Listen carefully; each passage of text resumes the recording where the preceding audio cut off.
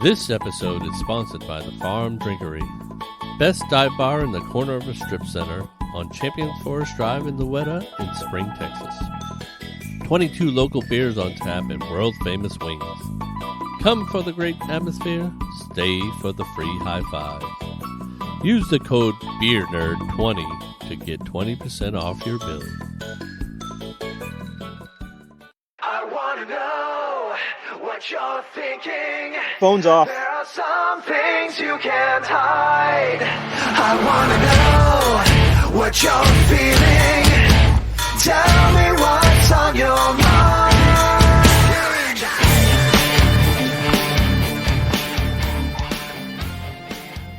Hello, everyone. Welcome to another episode of Front Row Negative, the podcast. We are back again. Tell your friends we're back. And tonight, I'm with Chris, with Gunther. Gunther, yeah. He's I am questioning. professional wrestler, yeah. You're questioning your name? Or Everybody question my name. I am Walter, then I'm Gunther. Next thing I'm going to be Bierstein, yeah. okay, tonight we're joined with a guest to do our WrestleMania recap, or WrestleMania, 38? And honestly, I lost track of the numbers. I only go by year now. So it's WrestleMania 2022, because I'm old.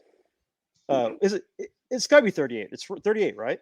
38, yeah. It's 38? that one. It's like an episode of Friends, the one where Stone Cold came back. Yeah, That's quite a few of them where you the can. one where the New Day died. Yeah, pretty Oof. much. Pretty much. Well, if you can't tell by the voice, we are joined by our wrestling in the field correspondent, Hostage Hirsche.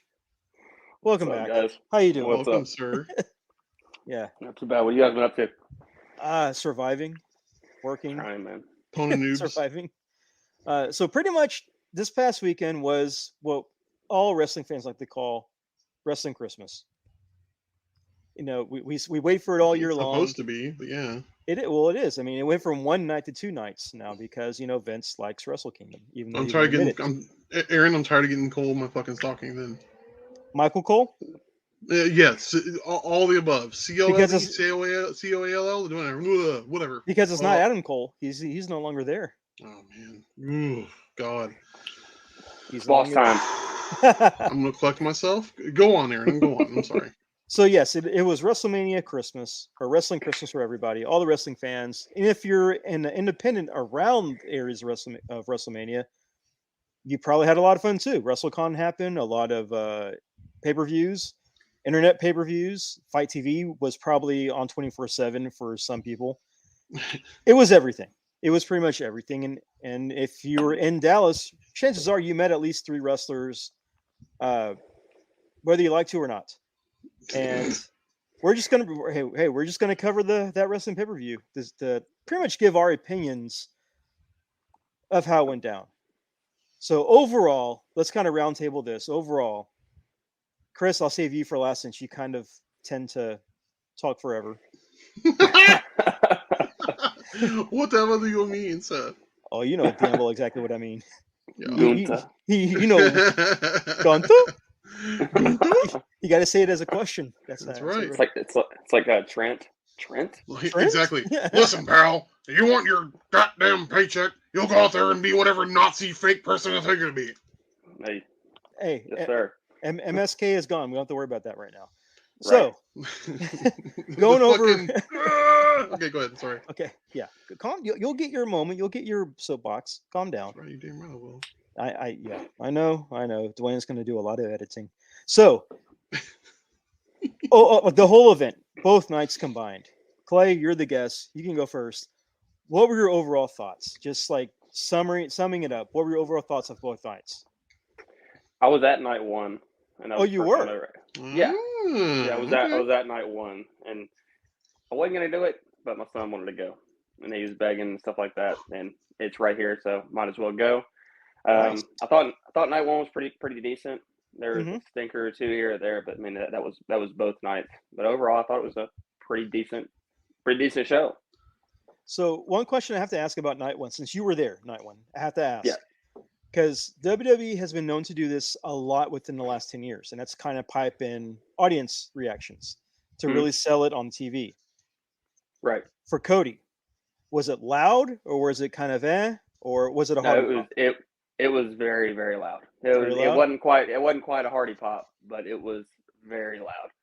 Okay. Like Interesting. I say, Seth was out, and you had like that nice like pause, just milk it, and then Yeah, everything yeah. dropped, and then you heard heard his little thing. What wrestling has more than one royal family or something like Yeah, that. something like that. Mhm. And yeah, no, the entire place just lost it. It was loud as shit, including myself, and I don't even like Cody myself. Man. Chody loads. Oh man, everybody Jody has Rhodes. that Cody hate. That he's got that Cena hate Nah, going on. I don't hate Cody. I couldn't stand him in AEW. He does seem a lot more palatable now. Like And yeah, I can he understand doesn't that. come off like a douche or anything like that. He He seems doesn't. pretty cool. He doesn't come off like Cena, and he doesn't come Right. off like Cena. So I think in AEW he kind of backed himself into a corner with him trying to be the ultimate good guy, which is like his dad. Yep. And we're in the day and age where characters like we watch TV and characters have dimensions and they have background and everything that we kind of grow up with them. And he kind of seemed to be that one shade of white that he wanted to keep being that instead of being shades of gray. He wanted to stay that one Pantone of white and not be a heel. He wanted to be the super good guy. And I think that's what people just didn't like. They got tired Right. of him, and because he's a good wrestler, hate him or not, he is a good wrestler. Sure. No, he is. He really is. I think that was the best match of both nights. Yeah. So I had to ask that, but yeah, night one, what'd you think of it? Like overall, night one. I mean, Stone Cold Kevin Owens was great. I say Oh, Cody hell and yeah. Seth was great. Yep. Charlotte and Ronda was kind of Becky and Bianca was pretty good. Okay. Let's see what else was on the show. What Rick Boogs tore his quad. Yes. That really sucks. Yeah, it For- sucks, man. toward the end of the match, I hates to think. do that, Yeah. No, he tore it and went down, and that was it. Had to get that 1D, and it was done. Yeah. What else was on that night? I can't even. We had the remember the whole card. Usos versus Nakamura and Boogs. Mm-hmm. McIntyre versus Corbin. And that was okay. Oh man, you mean to tell me you weren't thoroughly impressed with the cutting of the ring ropes with the fake ass sword? Yeah. With that plastic sword, I loved it. Oh my god. We also had Mysterios versus Johnny Cage and Logan Paul. Right. Johnny Cage. Hey, Logan Paul actually impressed the hell out of me. He I wasn't expecting that, man. Yeah. No, he put on a good performance. Okay. Bianca Belair versus Becky Lynch. Yep. That was a And good then, match yeah. for sure. And then Cody versus Rollins, Charlotte versus Rousey, and Austin versus Owens for night one. Yeah. So great. And what'd you think of night two that you watched from a TV screen? Yeah. No, it was okay. It was okay. It kind of pissed me off because we only bought the one night, and we really I wanted to see Edge and AJ. Yeah. And then they had they built the whole thing with Austin and Owens, and I was like, oh man, that'd be really cool. It'd be really good to get both of them. And then when they finally put out what was going to be on, I got super excited because we're getting Austin. Like, yeah, I'm not getting Edge and AJ, but we are getting Austin. Yeah. And then the bitch comes out on the second night and does the exact same shit. I'm like, are you shitting me, dude? Like Taker came out. Like I love Undertaker. And I was like, oh, hell yeah, man. Like, they're not going to do that on night two. Why would they do that on night two? No, they do it on night two as well. So, like, nothing is sacred. Nothing. Well, here's the difference, though. Night one, you had Austin versus Owens, which is a good match. Night two, you had Austin versus an 87-year-old turtle without a shell. Right. Hey, he was So, yeah, man, it's like it's like you got a bag of molding clay. Yeah, and it's like an old dusty bag. If you shape it just enough, it looks like muscle, but it's still in a dusty ass old bag. Yeah, right. Pretty much. There you go. Pretty much. Pat McAfee was the shit, man. Yeah. Oh my god. Yeah, that guy, man. Wow, he's a natural athlete. Yeah, I mean, he was great whenever he was in NXT in the War Games. Yeah, him and Adam Cole. Him versus Adam Cole. Yeah, both of those matches were really good in NXT, and then this one was even better. Yep. It was badass. Very much true.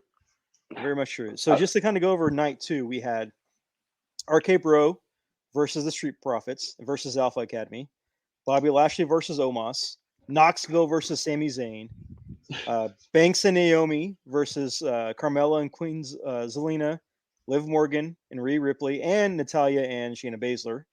Edge versus AJ Styles, Sheamus and Ridge Holland versus The New Day, Pat McAfee versus Austin Theory, Pat McAfee versus Mr. McMahon, and then Roman Reigns versus Brock Lesnar. So that was night 2. Yeah, no, it was like I said, there was stinkers here and there on both of those nights. Oh yeah, pretty much. Hell, you didn't even count. Did you count New Day and versus Ridge and Sheamus? Okay, I couldn't recall. Well, yeah. That. Well, I mean, it's listed, but I don't really count it. It's it's like what, less than 2 minutes. It was something like that, man. Yeah, it was not good at all. Just not good. No. So for me, this was probably one of the best WrestleManias they've had in a long time. I'll say that. Yeah, one of the best WrestleManias they've had within 5 to 6 years. I'll say that. I enjoyed night 1 a lot more than night 2. I think night 2, the one match that got my attention was Edge versus AJ and McAfee versus Theory. But that was it. that was it for night 2. But I mean, overall, I enjoyed it. I was really enjoying it. So yeah, Chris, thoughts? Sir. Now, as you know, Aaron, and Clay, I don't think Clay knows, but I spent the better part of the 2 nights cooking food. Yes, I saw it on Facebook. Delicious food too. I appreciate it, man. You know what? And that's honestly that's one of the fun parts for me of the shindigs is the fact that entertaining and making all kinds of food and leftovers and everything, and so that's that's what I did the initial viewing. Now, I did go back and watch them on the cock, and I got to tell you, night 1, the Stone Cold thing was all. Give me the rundown on night 1 again. I'm sorry.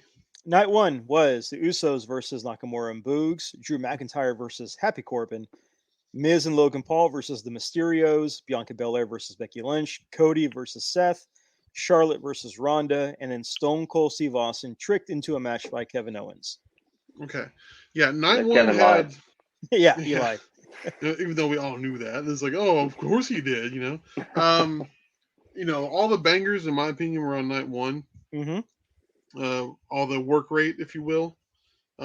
Except for maybe AJ and Edge or whatever. But night 1, my takeaways from that were the Stone Cold thing is what everybody was looking forward to.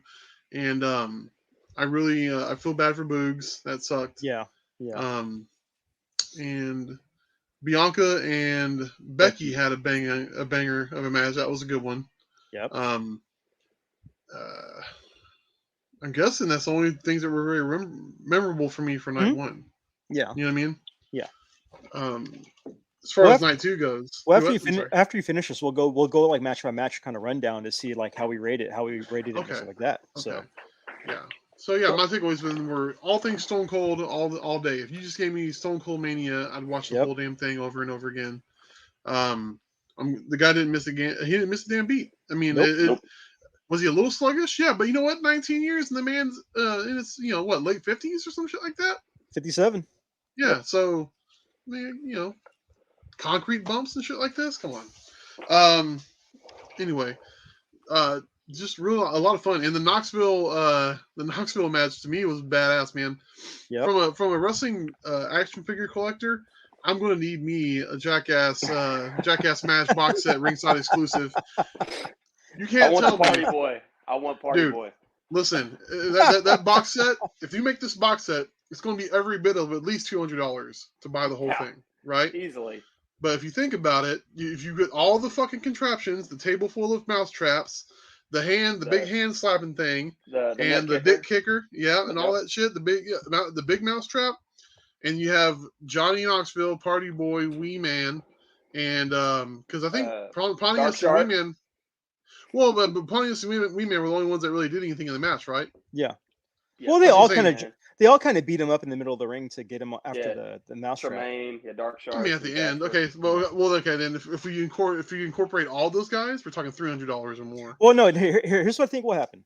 they'll release a 2-pack of Knoxville and Sami Zayn, Sure. and then they'll release a set later on, like the House of Hardcore Fun Zone set to go along with it. Kind of like, remember how they did the ambulance with Braun Strowman? They Sure. released Braun Strowman, and then like a few weeks later, they had the ambulance already made that was already in production. My son has it. Yeah. Yeah, so that makes more sense. Yeah, I think that's what they'll do. Yeah, if they do that, I'm buying them. Okay. Okay, and I don't want basics. I want elites. You know, and I want them soft ultimates, goods. dog.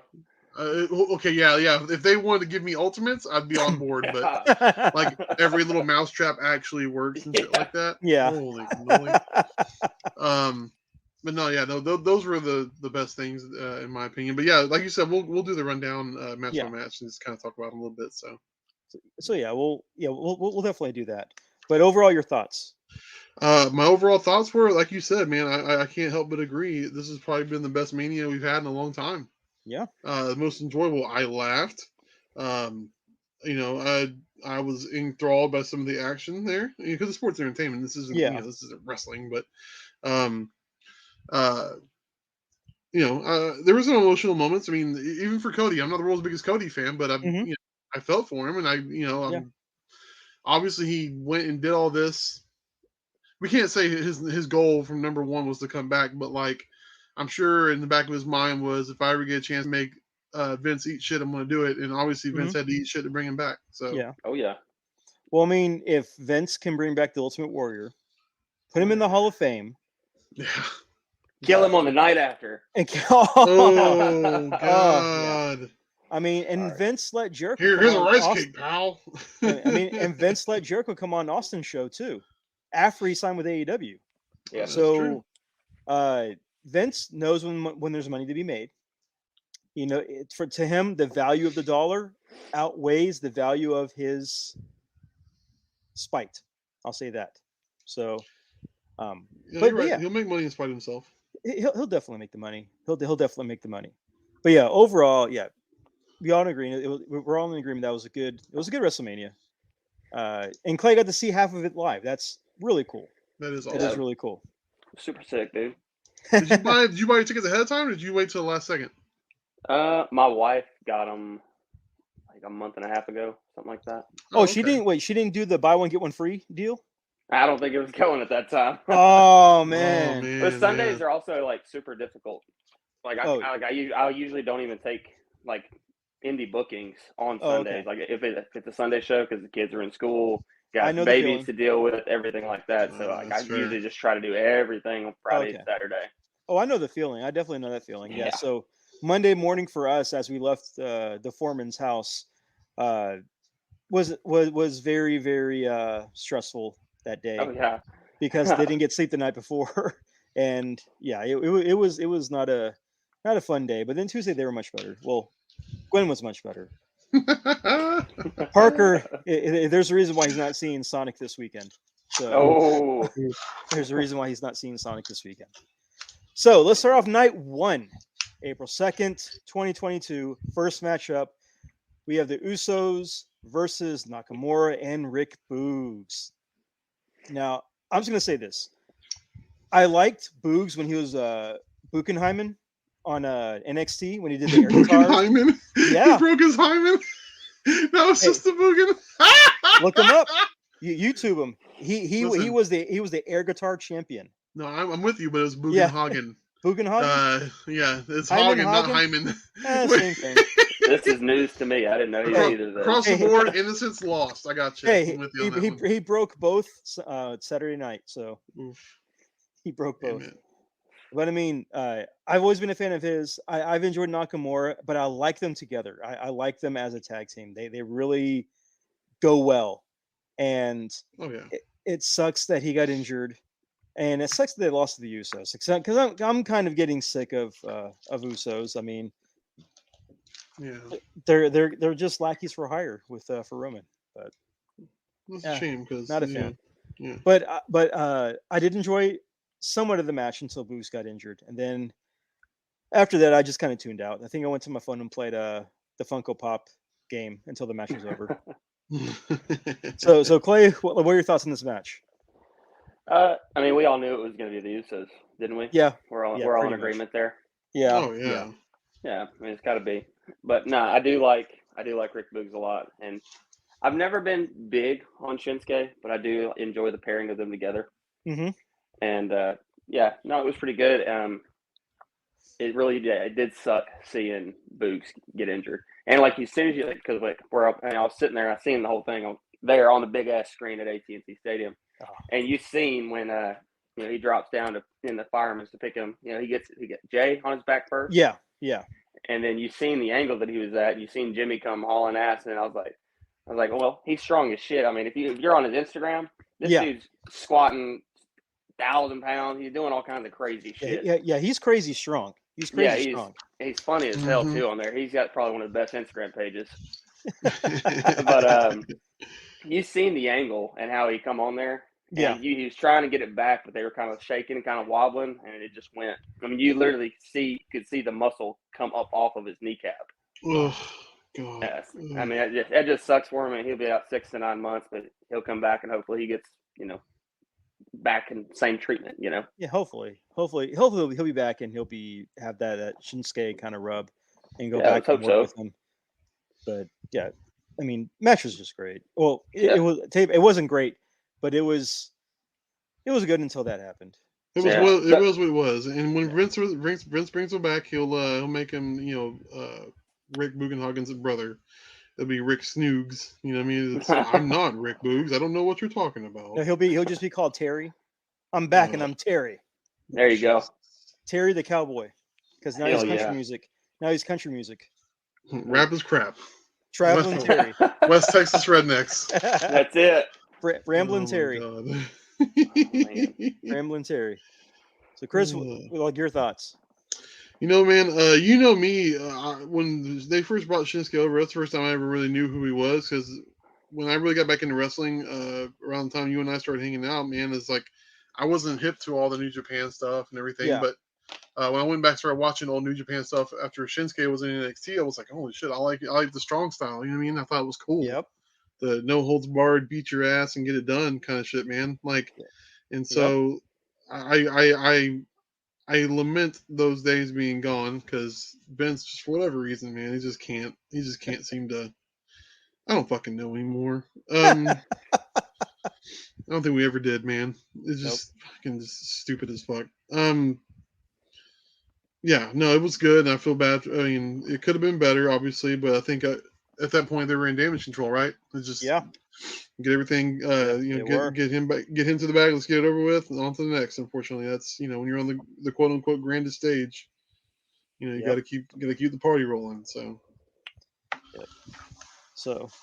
that and that was it. If anything, I'll give this match. Let's give this one ratings. Let's give it out of a 5-point rating. I'm going to give this one a 2.5. It would have gotten a 3.5 if Boogs didn't get injured. Yeah. If he didn't get injured, probably give it 3.5, but 2.5. 2.5 seems fair, man. Yeah, because I think I kind of agree with Bubba or Bully Ray on their podcast. It's like a concert. You want to start off with a big song, you end with a big song, and it could have been a big song. Yeah. Even though we knew what was going to happen with the belts as far as that's concerned, but you had a lot of talent in that ring that could have put on a real big banger, but it went the way it went. It went. So next match up, we've got Drew McIntyre versus Happy Corbin. I'll start this one off. I don't like both individuals. I find them both boring. That's just me. That the most I've ever liked Drew Galloway or Drew McIntyre was when he was a part of 3MB. That's the most I've ever liked him. So I'm going to give this match a 2, as in there were 2 people in the ring when it happened. And honestly, I tuned out more in this match than anything. I think I went to get more like pizza and cookies from the table when this match was happening, just because I had no interest. I had no interest at all. Yeah. So that's my take. 2. I'm giving it a 2. That seems appropriate, man. I mean, just, how many times have we seen this match? Even though I don't even watch Raw anymore, I can tell you they've had this match 8,000 times. So what's the point? Like, how can you make it any different? Oh, we'll cut the ring ropes. Shit. That's his new accessory for his Ultimate Elite. He's gonna come with a Highlander sword. Listen, I have one Elite based off of this incarnation of McIntyre, and it doesn't have the kilt. It didn't have the sword.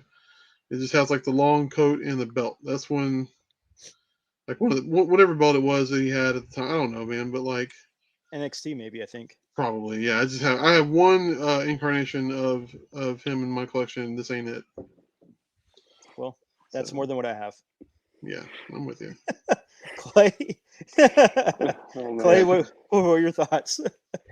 It felt like they weren't in sync. Like they weren't gelling. And like he did the count. He did the countdown for the Claymore 2 or 3 times, and like everybody was into it, and you know everybody was calling it out, and then like it hit, and it didn't feel like it had any impact, man. Like it just, I don't know, they just weren't jiving that night. I have a question, and this kind of just popped in my head. Do you think that after that, when Drew lost the belt, that his kind of work rate just kind of went down? Like he doesn't really care anymore, or I don't think that. I think he's just not in very good programs. But like I thought the stuff with Bobby was good. I thought that was good too, and you could tell he was really you could tell he was really trying to make it a good match. Yeah. But with this one, it just feels like he's not into it. It's like he's kind of like just kind of sandbagging the storyline a little bit. Yeah, a little bit. So I'm glad I'm not the only one thinking that, because dude, it's like Peter Gibbons said on Office Space when they interviewed him. They said, "Man, he basically said, look, I do enough here just not to get fired." Pretty much. I mean, when you're working for Vince, that's literally probably what a lot of those fucking mindsets in the back are. Like, I'm sitting here eating filet mignon and fucking catering. I'm gonna, make myself seen around back, and hopefully I get a fucking curtain jerker in here and there, and that's it. You know what I mean? Okay. I want Broken Dreams Drew back. Oh, that would be good. Dude, when he debuted, man. Yeah. I remember, like, I watched the episode when he debuted. Like, when was that? 08, 07? Oh god, yeah, 7, 08. He was the chosen one. I loved, like, he was like young and scrawny and shit like that. He wasn't scrawny. I just remember whenever he debuted and he had that song, every Metallica fan came out like loved Drew because of that song. So it was like a lot of Metallica fans that came out and loved Drew because of that song. No, that song was awesome, man. If he came back with the presentation he has now, he dropped the kilt, dropped the sword, and he come back to fucking Broken Dreams, man, that'd be awesome. Yeah, that'd be cool. All right. So I'll give it a 2.1. 2.1? Because you had Baron or Happy, you had Drew, and then as Corny calls him, Mosh Pit Jones out there as well. All right, Chris. Man, probably like dude, I was not invested. 2, just out of charity. 2 out of charity. He needs it. He needs it. Mm-hmm. Stand up for wrestling. Or Free Drew. Free Drew. Justice for Drew. Yeah. All right, match number 3, we had The Miz and Logan Paul versus the Mysterios. And I know for a lot of people wanted to see this match because they were hoping that somebody would make Logan Paul take some receipts or take some stiff shots. And that person was probably me a lot.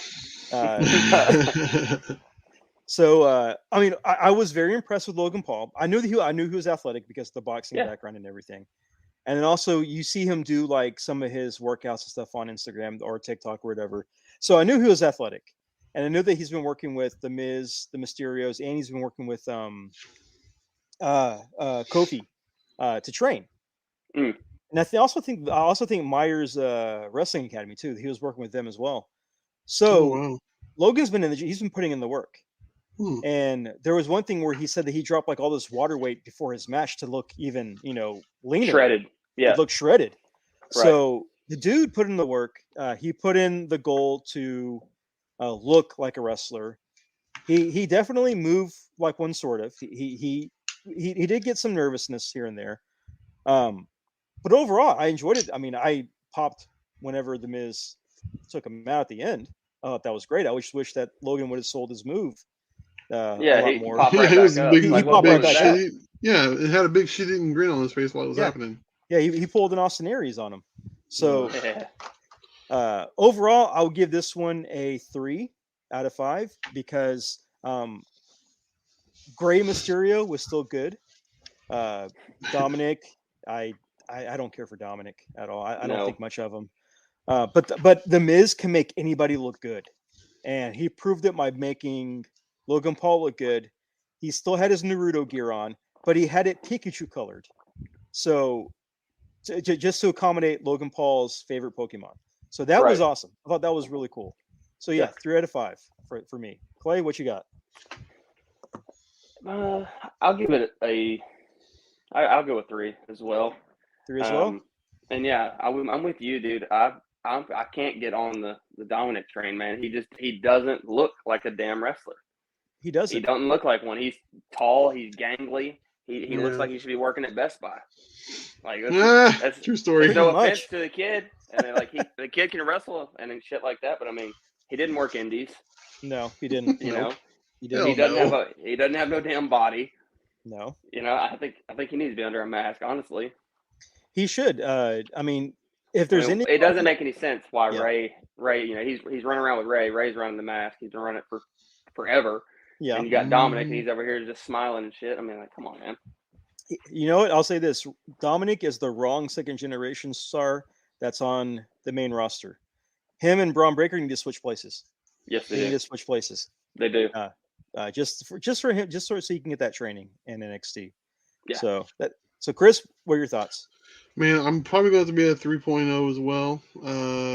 Really and truly, I think the best part of this thing was probably going to have to be Logan Paul. We've got 3 other guys we've seen week in and week out that do the same old shit. Mm-hmm. You know, I think a lot of guys getting this 5 moves of doom thing because that's just the way their programming is. It's, you know, go out there, play your hits, and, you know, hit the bricks. So it was interesting to see what Logan Paul could do. Because, I mean, as far as I knew, he was just a fuckwad internet dipshit. You know what I mean? Pretty much. Pretty much. I don't give any kind of credence to online fame or whatever. It does not matter to me at all. But you know, that Pokemon card is really a $6 million Pokemon card. He's making it worth something because he wears it to his events, and so these are event worn cards that he. I was about to say, because I wanted to understand that market, because they kept saying that. I'm like, well, how the fuck does that mean there's like 300 other people minimum that have that card out there somewhere? Well, Chris, here's an example. What's the difference between a Rey Mysterio mask that you can buy from Shop Zone versus one that he gives you that he wore at WrestleMania? Right. So he's inflating it. Yeah. Yeah, he's inflating it by wearing them. So that's kind of the reason why that card is worth more, because he wore it during his Mayweather fight. He wore it to WrestleMania, and he's worn it to other events as well too. So that's the official card that he's wearing around town that he owned, makes it worth that much. Now, if you were to suddenly get into some trouble or whatever, that card value might go down. But as it sits right now, that it has the Guinness Book of World Record for being the most valuable Pokemon card. So thanks to social media clout. Yeah, which I just, you know, man, I'm just, God, you saw me share it the other day on Facebook. I found out I'm a Zennial, apparently. So I don't understand a lot of the shit that the younger generation is putting credence in. I don't get it, but I'm not supposed to get it. I'm old. Yeah. So I'll put it into a phrase that you might understand. Logan Paul is the first ever human NFT that nobody really wants in the end. Yeah, and plus, like, didn't him or his brother go do some disrespectful shit in Japan, right? One of those dickheads. Yeah. So like, Suicide Forest. Yeah.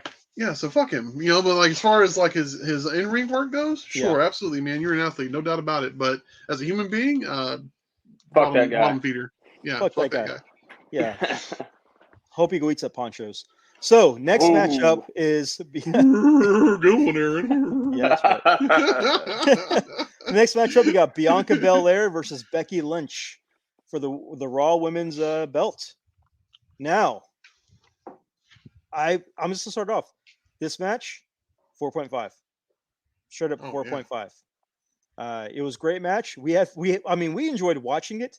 We also had fun making fun of Becky Lynch, calling her the lead singer from either Paramore, Garbage, or Multipass. She looked like one of the Runaways. Yeah. We kept calling her Multipass as well. Multipass. So, yeah, as soon as I saw her, I was like, ooh, Corbin Dally's Multipass. It was a great match. I mean, we know Bianca is super athletic. She can do almost anything, even with that 5 feet of hair. She can do almost anything. Wow, yeah, no kidding. And then Becky Lynch she's the man. I mean, she is her catchphrase. She is the man. You cannot doubt her ability. No, she's good, man. She's honestly, here's the way I look at Becky. Is she an innovator of offense or anything like that? No, not at all. No. She's not a high flyer. She's not a mat technician, and she's not and she's not strong style. I think she's got a little bit of everything that works for her. She's just well-rounded. She's a brawler. She's well-rounded. She's mostly a brawler. But she knows some ground tech. She does know some technician work. I mean, her finisher move was the disarmer for a while. I mean, yeah, it's Chris Jericho has how many arm bars? You know what I mean? 1,004. Yeah, that's right. So 1,004. The three-handled moss-covered family Gradunza. Yes. But I mean, it was straight up a match from start to finish, and they told the story in the ring. It ended. It was great to see Bianca win another big one at Mania. It was great. And even after the match had ended, they say that Becky went to like the merch table and stole a replica women's belt and walked off with it, claiming that she stole the champion because she couldn't let it go. That's awesome, though. I mean, that right there that's storytelling. That's great. And so 4.5 out of me, 4.5. Just a great match and one of the best matches during Mania. Yeah. So, and Clay, I'm gonna let you go first, but I'm gonna Kanye you a little bit here. My thing is like, for me, the biggest thing about Becky is her confidence in her character. Like people like that she has that no fucks given attitude. Like she was literally the female Stone Cold at one point, and we were all eating that shit up, dude. Like, well, she still is. I mean, she's heel Stone Cold. Remember when Stone Cold was a heel? Yeah, but I didn't enjoy Stone Cold as a heel until he was funny as a heel. You know what I mean? It's like, what, dude? When he started playing Kumbaya and all that shit with Kurt Angle, that's when heel Stone Cold to me was funny. You know when heel Stone Cold? You know what started during heel Stone Cold? The what? Chance. Yeah, what? The what chance. Yeah, because we all know we love that. Like, we do. A time and a place for everything. What chants should be reserved for dickheads in the ring that you want to piss them off. It should be reserved for heels, but they use it all the time on everybody. It's I get it. That's just the fans. That's the fans. Well, not... then, but what is what for the fans? Exactly. You know what I mean? So like, what are we doing it for if we're not doing it for the fan interaction? Like that's why Adam Cole goes boom, and that's all. That's why all that shit exists, because you want to play to the crowd. You're playing to the back row. You know what I mean? It's like being in theater. Play to the back of the house. Now, Bianca Belair, you can't understate Bianca Belair's talent. You can't understate her, and again, from a old guy who's a zennial or whatever, I know what swag means. I get it. And I know Bianca has that shit. And that's why so many like her, because she has that, like, what's her fucking Jade or whatever? Jade Cargill wishes she was Bianca Belair. You know what I mean? Like, that's just, she's a Bianca Belair knockoff. But, like. Well, she's a taller Bianca Belair knockoff. She's like, what, 7 foot tall? Yes. She's tall as fuck. Yeah, she's giant. Yeah, but, and we talked about this during Mania. I was one of the first ones to say when I first saw Bianca Belair in NXT, I did not care for her because I did not like the I work at Walmart return desk attitude. Like, fucking go fuck yourself. Like, nobody likes this character. If you're supposed to be a heel, you know what? Mission accomplished. You're a fucking heel. But like, as they brought her in and started making her more developed as a character, that's when I started connecting with her. Yep. And I have little kids in my life who love that character. Young black girls in my family who see her as a hero, and Sasha. So like, I'm on board for that, dude. Like, across the board, if you can make wrestling for everybody, so be it. I want that. So I think Bianca Belair's impact on that match cannot be understated. Becky's great, but Bianca, to quote Mark Henry, you gotta give her flowers too. So okay, so what's your rating, Chris? 4.5. 4.5 as well. All right. Yeah. Clay.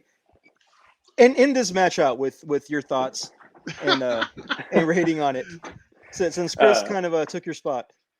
It's all right. I'll be Taylor Swift for this one. That's fine. He edged you out before the Elimination Chamber. Shit, he did too. Feel like Bobby Lashley, man. No, I'll give it a 4. A 4. 4? Yeah. Awesome. Okay. I thought it was a good match. How about let's talk about Becky kicking her plum in the fucking eye. Yeah. Oh, that Molly go round. That Molly go round. It wasn't no shit, buddy. wasn't it? God damn. Yeah. Kicked her plum in the eye. Yeah, you saw her on Monday night. Good. With that shiner. All blacked up. Yeah. Yeah, no, it was crazy. But no, it was a pretty good match. Man, talking overall back about Mania as a whole, nobody really had like a great entrance other than Edge. Yeah. And but they tried to make it big. Well, I mean, Stone Cold obviously, but they tried to make them big with the cars and shit. And Corbin was actually supposed to be in some SUV because we were where we were sitting. Yeah. I sent the picture in the group. Stone Cold's little 4-wheeler. Yeah, the Rascal 316. Yeah. And then they had two SUVs and they were under tarps. Yeah. And Corbin actually came out before his stuff was actually supposed to start. And they got in the car and the car wouldn't start or some shit. Something happened. So they had to get back out. We watched them get back out and then go back through the stage. Fucking jank ass rental car. Man. It was what? That was hilarious. Yeah, I remember that picture you sent. I mean, because we were looking at the picture, we're like, hey, what's the other car with the spoiler? It's like, oh, that's Becky's SUV. It wasn't didn't have a spoiler. That's just the way that the antenna hit the back of the car. The back of the tarp. So, yeah, that's fuck Corbin, but still, yeah, Becky and Bianca. Yeah, the entrance. I see what they're trying to go with, but honestly, I think she was trying to have a Miz entrance, and it didn't go well. Because I didn't understand Becky. I mean, not Becky, Bianca's. Yeah, she had what was it? She just had a marching band out there. She had a TSU or TCU for the marching band. That didn't make sense to me. Yeah. TSU. What I think she was trying to go for was that she was a majorette in college. Yeah. And that's what she was coming out. That was part of her ringer coming out to that. It didn't really come across clear on the pay-per-view, but it wasn't clear in person either. Yeah, that was kind of a fail on her part. I mean, she had good intentions. Yeah. It just wasn't clear. It really wasn't clear. And it wasn't, and it just, I think it was a mess up. A bad decision on her part. Bad decision on her part. So, what rating are you going to give this one? I give it a 4. A 4? Yeah, I give it a 4. Solid. That's solid.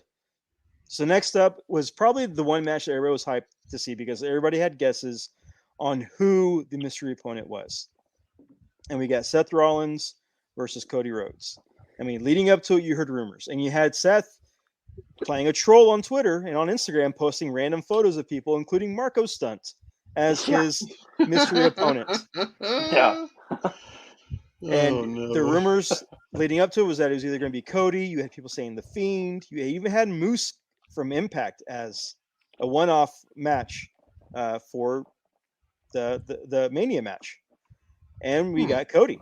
And, the lights went out, the pyro, and then he came up from the ring just like he does or like he did in AEW, which was pretty cool.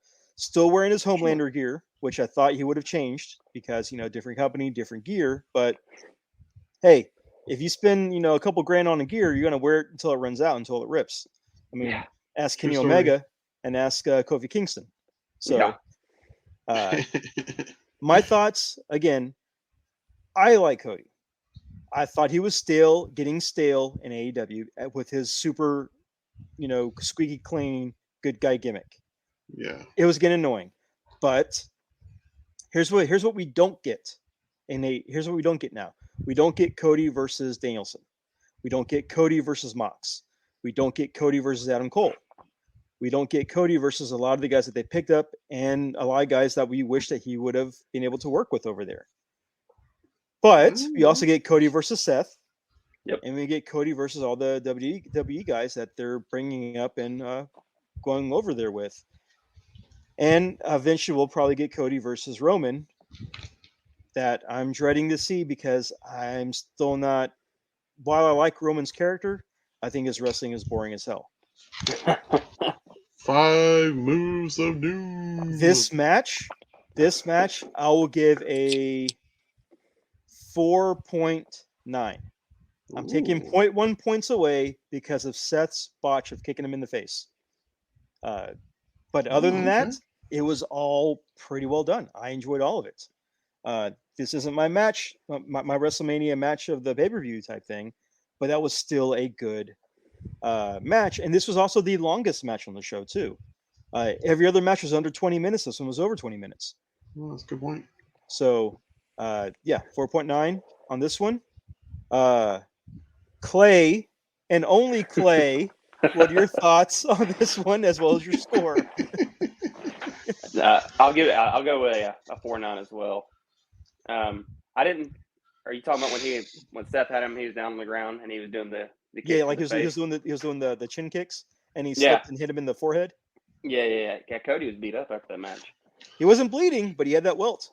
Oh yeah, he had some welts for sure. There was a couple spots in there that were a little, and where Cody might have been just like a touch rusty. Mm-hmm. Like some of the shit they did on the outside. Like there was a couple little things that were a little rusty, but the Cody cutter off the top was super sick. The inverted suplex off the top superplex was super sick. I mean, there was all kinds of really good shit in this match. Yep. And I'm not a big Cody guy, but no, that was really cool, and the place exploded when he came out. Yep. It was loud from what we saw on the TV, and I even went back and watched a few of the YouTube videos, and I try to stay away from watching the WWE YouTube channel edits or clips or whatever because they tend to pipe in more crowd reaction.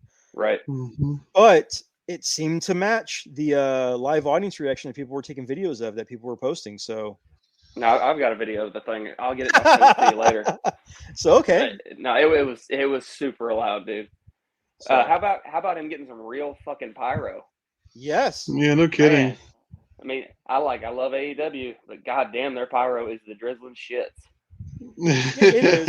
Hey, it's when your Jacksonville Jaguars pyro, they try to save it for the games instead of the wrestling pay-per-views and shows. Dude, that pyro, he had some badass pyro. He did have some good pyro.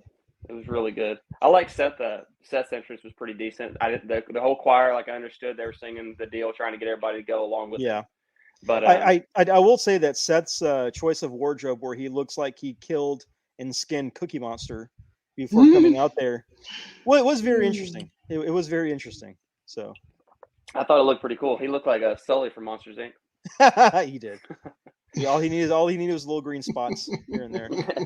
Yeah, right. Little purple spots. All right, Chris.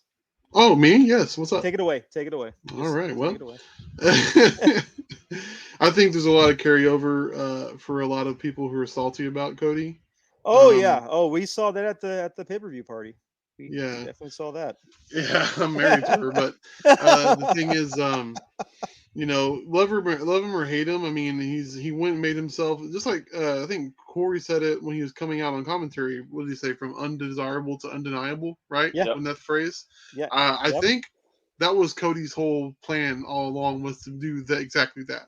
Yes. To say, you know what, motherfucker, if I'm not good enough, let me show you how good I can be, and went and put in the work, man. I mean, you can't take that from him. Like he, and I wouldn't say took a step down, but as far as he's concerned, he took a step down and went and put in the effort that everyone else in the industry who's made it had to go do. And I think that was something he needed to do for himself, not only professionally, but personally. So I think all that culminated with this match. Seth is one of the best opponents for pretty much anybody. I mean, Seth is going to, Seth's going to bring out the best in you. What else can you say, man? I mean, he was good. Now, I think what's going to happen is, and this is me guessing, but I think we're going to see him, in these filler pay-per-views before SummerSlam or whatever hell it is, or whatever. What's the next big one? SummerSlam, right? SummerSlam. That's the next big one. Okay, what's between that? Backlash and what else? WrestleMania, Backlash, Money in the Bank, and House of Garbage. So right. All those pay-per-views. Yeah. So maybe he wins the Money in the Bank, and I don't think they'll give it to him. Makes a run at it. I don't think they'll give it to him. Well, I mean, you never know. You never know. But I know one thing that I'm pretty confident in saying is that Vince doesn't eat crow very well. So Vince is going to give you what you want now, but eventually he's going to get it all back out of you and make you look like a complete asshole on TV. Just to point out that there have been other superstars who have left the WWE, made a big name on the indies and other companies, get hired back because of the waves they made, and then came back and were hot for a month or two before they were booted down to opening card or mid card. Mm-hmm. I mean, Matt Hardy, he made his whole thing on being broken. They hired him back because of that, and that Hardy's pop that we got at Mania that year. And then he went from that to Deleters of Worlds, and then essentially jobbing out to anyone and everyone on NXT on their way up. So, yep. I mean, with Cody, he left. He became a Bullet Club alumni. He created the Ring of Honor and Ring of Honor champion. Mm-hmm. He co-started up another wrestling company. I mean, he essentially did the Jeff Jarrett tour. But he's Cody Rhodes.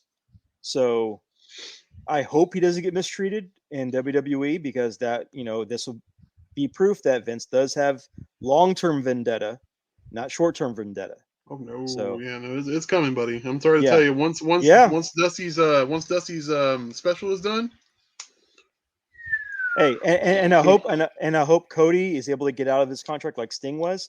He goes in, gets his ring or gets his little run, gets a DVD, and then gets out.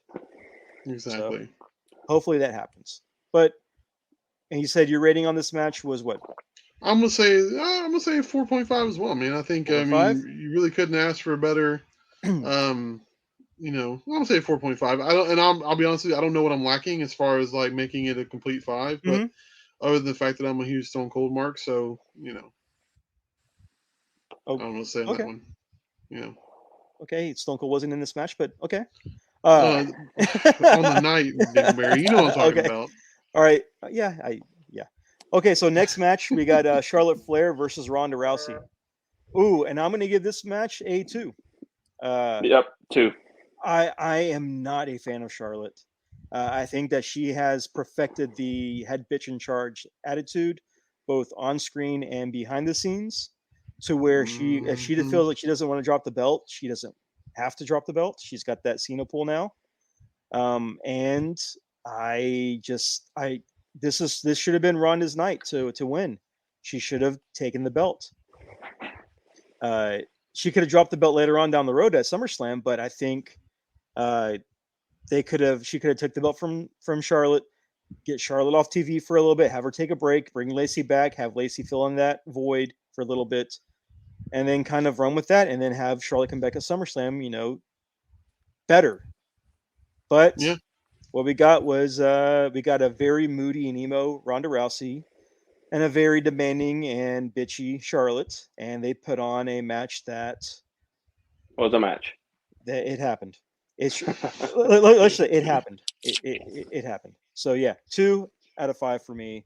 Clay, what you got? I'm following with you, man. It's a 2. I don't mind Charlotte myself. My son loves the shit out of her. He's like she's his favorite of everybody. Oh, I think we know why. But was it because of the figure 8 that got leaked on TV? Yeah. It was on AT&T Stadium. Dude, we were like, holy shit. But right. No, I hate the woo so much. Oh, you do? I hate the woo so much, dude. You have no idea how annoyed I was. Sitting there walking around and like we're just walking and everybody will start the shit and it just never stops.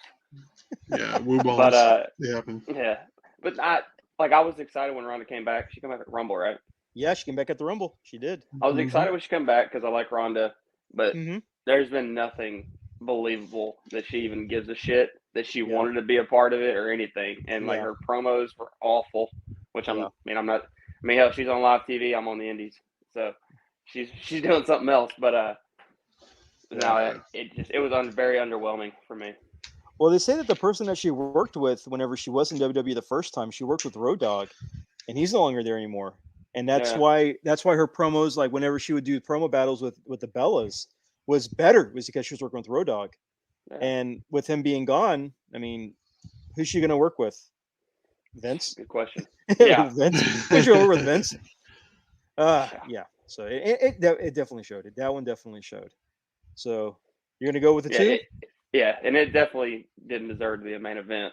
No. Like they were talking, like how it was going to be and shit. Like there's no way. One, it's Stone Cold, but two, that match, the build wasn't even ready.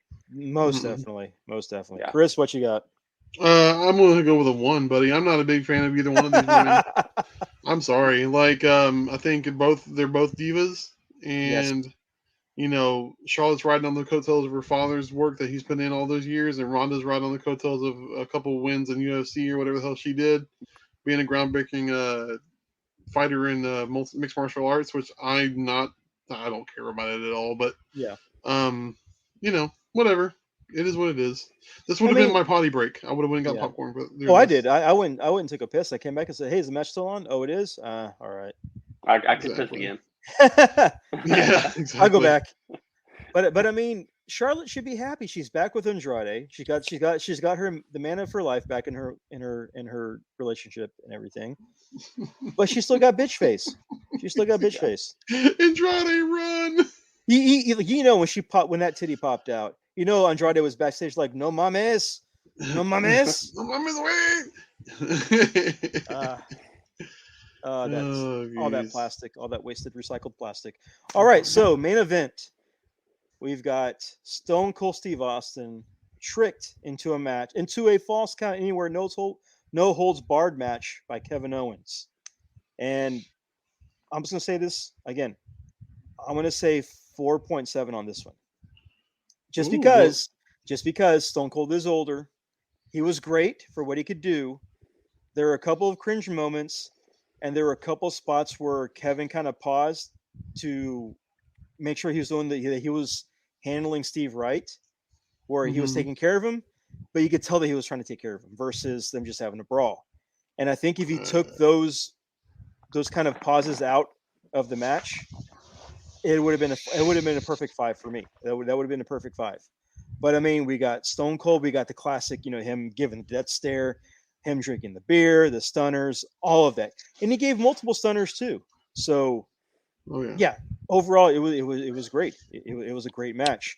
The brawl through the crowd, great. It was good. It helped out the Stone Cold gimmick, and I like the fact that this match with Stone Cold, he started in Dallas and he officially ended in Dallas. Yeah. So, complete turnaround. Yeah, 4.7 for me. So, Clay, what you have? Following with you. I mean, hell, we're all in agreement. So pretty much on this whole show. Yeah, it was very good, man. It was funny as hell. And putting them on the or Kevin went to get on the four-wheeler. He couldn't figure out how to start it. Got him drove his ass up there. Drunk dad driving him. Yeah. God damn it, I got you. Come on now. But yeah, no, it was awesome. Tons of suplexes, all kinds of shit. I mean, he took more bumps than I actually anticipated him taking. Yeah, he did. Oh, yeah, he definitely did. He didn't kick Byron dead in the dick. Yeah. This time. Oh man. Shit. I don't know how long it showed it on the pay-per-view on Peacock, but man, after like 30 minutes after it went off the air, he was still out there drinking beer. That song just looping. That's awesome. Just drinking beer and just going nuts. It was awesome. Yeah, they showed the celebration for about 10 minutes after the match, and then it cut to black, and it faded to black. It kept going. we were still celebrating. I think the only way it could have been cooler is him going around like, "What kind of job do you have?" And it's like, oh, "I'm a truck driver." Oh, there's one thing I can't stand is a truck driver. but hey, wait a minute! I thought you said you hated heel Stone Cold. Dude, the funny part of Stone Cold. Listen, when he first started, hold on, no. Let's clarify. Okay. When you say heel Stone Cold, heel Stone Cold is the same way as another way of saying Alliance Stone Cold. Yes. That sucked balls. It was only good when he started being comedic heel Stone Cold. There's way two completely different heel Stone Colds, in my opinion. So when I say I didn't like heel Stone Cold, it was that fucking shake hands with Vince bullshit. Okay. That killed his character completely. He had to go and become a fucking comedy act for us to give a shit again. I hate to say that. I don't know if you've how soon we forget. Were you a big fan of Heel Stone Cold, Aaron? I enjoyed him both times. Oh, you know what happened? You know what happened at WrestleMania 17 whenever he shook hands with McMahon? People cheered. They didn't care. They kept cheering. Now when you bought the DVD, when you bought the DVD like 2 months later, they piped in booze. They put booze in the audio. But whenever I was there, when he shook hands with Vince, everybody didn't care. They kept cheering. They kept chanting for Austin the entire time. Yeah, the man can do no wrong. Yeah, pretty much. Okay. Well, I mean he can literally Schnitzky a baby, and people wouldn't give a damn. People would laugh. What? They wouldn't give a shit. Like, that's it. Let's do it again. Yeah, yeah, fuck that baby. Yeah, baby Logger 360. He fucking deserved it. He fucking deserved it. Take that kid. Yeah. Well, let me put it this way, man. Like, and I hate to, put the sympathy card here or nostalgia card, but like, my dad doesn't watch wrestling anymore, but he did when Stone Cold was on. Okay. And so we both enjoyed old school, good old boy Stone Cold, not this fucking whatever he was, Vince's fucking right hand dick sucker. But like, whatever, man. Okay. Is this heel Chris? Yeah, this is heel Chris. Wait, is this heel Gunther? Gunther? Yeah, exactly. I'm sorry, and I'm gonna use this as and I'm not gonna take all night. I'm sorry. I know I'm the fucking blabbermouth person. I get that, but if this is a complete indictment of shitty booking on the company, period. If they booked characters and stories the way they should have, we'd have never seen Stone Cold at WrestleMania. True. And they put the buy, and CM Punk called it. It was a buy one get one free, and they fucking did it because he was right. And they had to bring Stone Cold in to get away from the buy one get one free. Yep. More asses and seats were in there for Stone Cold than anything else. I'm sorry to say. It was a sea of Austin 316 shirts. Oh yeah, there you go. And see, Clay, Texas. yeah, exactly. Clay can attest to it. So there was no other shirts, dude. It was just Austin shirts, which is fine. And let me tell you, I would have bought one. I would have bought the Stone Cold shirt had I been there. 100%. It's on Shop Zone right now. It's going to go on sale, and when it does, it's going to grab it. Dude, Stone Cold stuff, whenever it goes on sale, it sells out pretty quickly. It took me 3 years to finally get the red Austin 316 shirt, the one with like the half red skull on the back, because it kept selling out in sizes. So I got that. Good. I was gonna say the Stone Cold stuff on sale on the WWE shop sells really quickly when it's on the clearance or whatever. It goes. Yeah. That's fine. I mean, I wasn't there, so I don't have that nostalgia feel, but there you go. Oh, come on now. Houston 316. That's it. That's it. That's it. So we're going to say, Clay? You were talking about how quickly the shit sells out. I've been wanting the stomping mud holes and walking them dry since '95 shirt with the blueprint on the back with big Stone Cold right there. Yeah. I wanted that shirt for years. And never could get it. The size was always gone, and they just did a sale like last weekend or the night after Mania or Monday, I think. No, the first Mania night, it was originally supposed to be replica belts only on sale, but I guess they weren't having the traffic through the website, so they did up to 50% off shirts night one. They added that later on, but it was that through Monday, and then they brought it back. They brought it back yesterday because Pro Wrestling Tees also has a sale going on, and this is their way of rivaling Pro Wrestling Tees. So now the sale is back with shirts up to, I think, 30% off right now. Yeah, no, I was able to get that one. I got my son a couple shirts, and I got the Triple H, the Cerebral Assassin one. Oh, nice. And the Let the Game Begin on the back. Oh, the retros. The retros. Yeah, it was from like 94. Yeah. Yeah, I got them for $13 a piece, both of those. Yeah. Nice. Yeah, that's. I mean, yeah, good. I mean, yeah, it's awesome when you get the shirts on sale. Through Shop Zone. I mean, the shipping didn't fucking help it, but yeah. Well, yeah, they don't do free shipping. no, they don't. But I mean, I snagged the Iconoclast Edge shirt, and I snagged a red Hulkamania shirt because I've never had a Hogan shirt. I've never had one before, so I snagged those two. And then tonight, I'm about to order because something was announced in our area. For a meet and greet, I'm ordering shirts now for the family for that. So through Pro Wrestling Tees. So got to get prepared. Oh yeah. But that ends night one for Mania. Night two. Let's jump right into it. We had RK Bro versus the Street Profits and Alpha Academy. I like Randy. I'm not Randy Orton. I like Riddle. I like Riddle. I'm coming around to Chad Gable again because I thought he was great whenever he had his singles run. But I like the whole bully from Encino Man type of gimmick for him with the whole shush and thank you. I thought that was that's entertaining, but still, overall, this match I'll give it a 3. It was entertaining to see. Riddle did a lot of work on this one to really be the workhorse, literal the workhorse, and same with Gable. He did a lot of work as well. So I'm going to give it a 3 to see RK Bro retain. They kept it in there. So, and then we got to see the other Gable guy make his semi debut in a ring for WWE. Yeah, Jason Jordan version 2. Right. So, yeah, I'll give it a 3. Entertaining, but I could have saw that on Raw.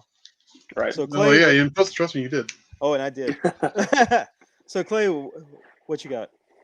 I'll follow that. Same. It's a 3 to me. I mean, we've seen the match 1,000 times, building up to Mania and stuff like that. But yeah, I did. I enjoy Randy Orton. I like all iterations of Orton myself. Yeah. But it was a good match. I don't really care for the Street Profits all that much. I'm kind of over the whole cups and all that shit. That doesn't really do it for me anymore. Yeah. But it's played out a little bit. It's played out a little bit. All right, Chris, floor is yours.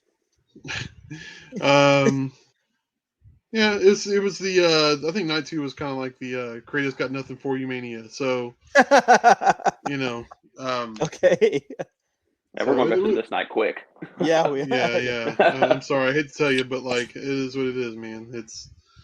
It was what it was. It's glorified Raw match. And I'm coming around on Randy also. And I've always been a Randy Orton detractor because I think he's just fucking boring for the most part. But I will say this from a perspective of somebody who's been watching for a long time and seeing that guy's career keep going. Yeah. And his arm hasn't fucking fell off. His fucking back ain't split in two. Like he's obviously doing something right. So, you have to respect that. He's not. Well, I mean, he's not jumping off of shit and breaking his body. So working smart. He's teaming with Riddle too for those extracurricular activities. Amen. Right. Yeah. Got the best strain apparently. You got the best strain that helps the back strain. So yeah, pretty much. So what's your rating for this one, Chris? I'm gonna say a 3. I'm gonna give it a 3 because I like Street Profits. I know they're not everybody's tea, but they're fun, and they could be doing something a lot better with them than they're doing right now. They can be fun. So next up, we got Bobby Lashley versus Omos. I'm gonna give this match a 1 because I really didn't care. Honestly, this match felt like a repeat of the match that Craig had with the angry customer in Next Friday. And can't get you with this shit. I kept thinking Omos was going to say, I can't get you with this shit. With this shit. Kiss my ass with the manager, the pink motherfucker. So I did not care for this match. I cared less for this match than I cared for the Ronda and Charlotte match. Again, I'm giving it a 1. Hopefully one day Omos will get that gap in his mouth filled up between them two teeth. But I just don't care. I like Lashley. This match didn't care. I really don't care. So that's it. So Clay, you got the floor. Or technical difficulties. This is kind of funny though. All right, can you hear us? Oh no! You gotta get that cricket phone plan. You gotta get a T-Mobile plan. What is this? Hold on. Okay. Damn it, boy. I'll tell you. I will take the floor. Yeah. Okay, Chris, you've got the floor. Yeah. So another one of those Creative's Got Nothing For You matches. Omos, or whatever the hell you want to call him. He's another one of Vince's. Look at my Giants freak sideshow. Yeah, it's like, okay, I get it, he's big, but what else can he do? Well, nothing. It turns out, and so he's super boring. And Lashley is. I think Lashley's always up against the same thing he's always up against every time he's in WWE. Yeah, he's got the look. He's chiseled from stone. The guy's a freaking monster of a human being. But the problem is he is a personality void. Yes. He doesn't have anything to tell you about. And then they took MVP away on Raw. So now he's got no mouthpiece. And he's not a good face. So there's really no point. Yeah, that is true. That is definitely true. Yeah. So I'm gonna give that match a 1, man. And, it's what can you say? I mean, it was boring. Yeah, it happens. Dumb, pointless. All right, I think he's back. Let me try. All right, can you hear us? Hello? Oh man. He's frozen still. All right, can you hear us? Yeah, I can hear you. Okay, you're back. Clay, you gotta drop that cricket. You gotta drop that cricket plan, bro. Dude, y'all sound like Mickey Mouse right now. Oh, we sound like Mickey Mouse. Yes. Oh wow. Well, it's we got the Josh headphones. So got the Josh headphones. Are you there? Right. Uh-oh. Oh no, it's Struggle Bus. happening. Struggle Bus. No, he's on mute. I'm gonna need him to. Okay, get some cue cards. Give us Sammy. Cue card it. The cue cards don't work for audio. I keep telling you that. I'll read it. Hear you guys. Can y'all hear me? Yeah, we can hear you. Yeah, we sign. Yeah, you're good. You're good. But if it happens again, get some cue cards, and I will dictate it as Hank Hill from King of the Hill. He is not hearing us. He's not hearing us. No, you sound like Alvin and the Chipmunks. What is going on? What? What's in that vape? What's in that vape? Is it cotton candy? Want a hula hoop. We can hardly stand the wait. Please, Clay, just don't be late. Yeah, I'll be back in a minute. Okay. Damn it. You know, I'm gonna give his headphones a 1 out of 5 right now. Yeah, 1 out of 5. Yeah. Would not recommend. No, I will not. Oh hell! Good stuff, man. I mean, should we just go to the next match or? Wait, hold on. Wait, third time's a charm. Let's try it.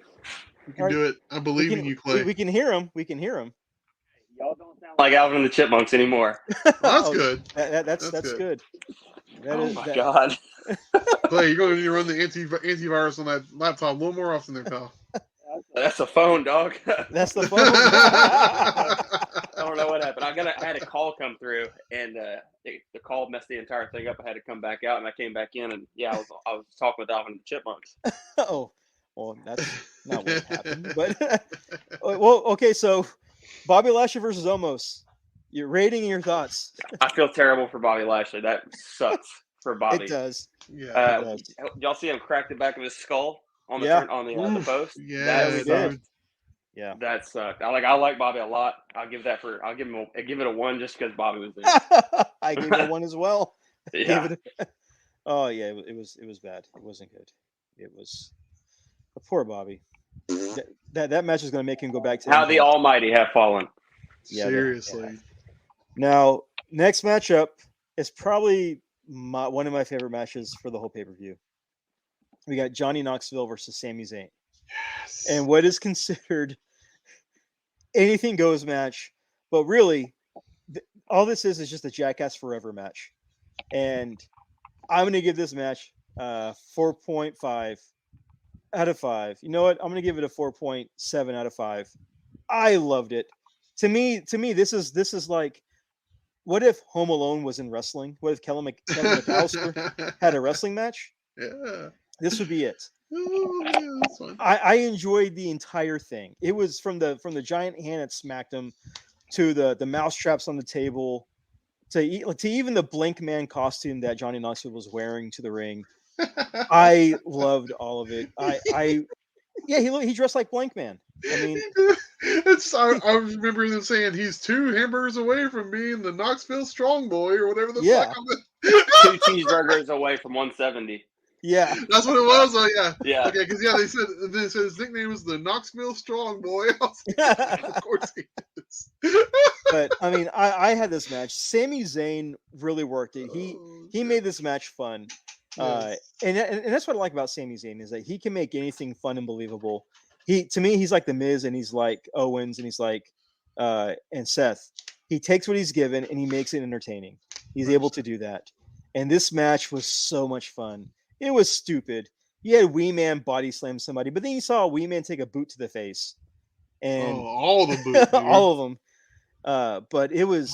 I enjoyed it. Yeah. So yeah, 4.7 out of 5 for me. Big props to Mark Henry's illegitimate hand child making his WrestleMania debut and taking out Sami Zayn. Oh shit! And a slap that only Will Smith could dream that he had. So that's what I'm going to say. Clay, the floor is yours.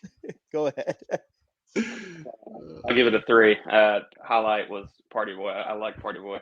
Party Boy, yeah. Party Boy was awesome. They should have piped in the Party Boy music though.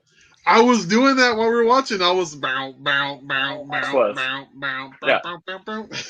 Yeah, my whole house was. Oh man, it was great. It was fun. A lot of fun. All right, Chris. What's your rating and what's your review of it? Listen, man, I've rewatched that match 3 times since it happened, and I still laugh at every little stupid things because I'm having flashbacks from watching Jackass as a kid, and then watching the new movie, and then it's just literally like you said, it's Jackass the match. I mean, you couldn't ask for a better finish to this thing, man. Even if you wanted to, like.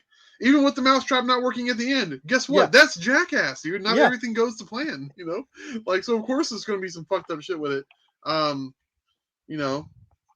stars, man. I'm sorry. I don't give a shit what anybody says. That's funny as hell. I think the only thing this match was missing was Will Sasso dressed up as Kenny Rogers for Jackass.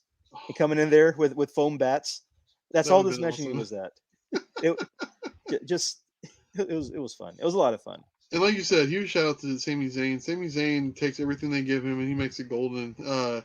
In case of emergency, break glass and have Sami come out and do something.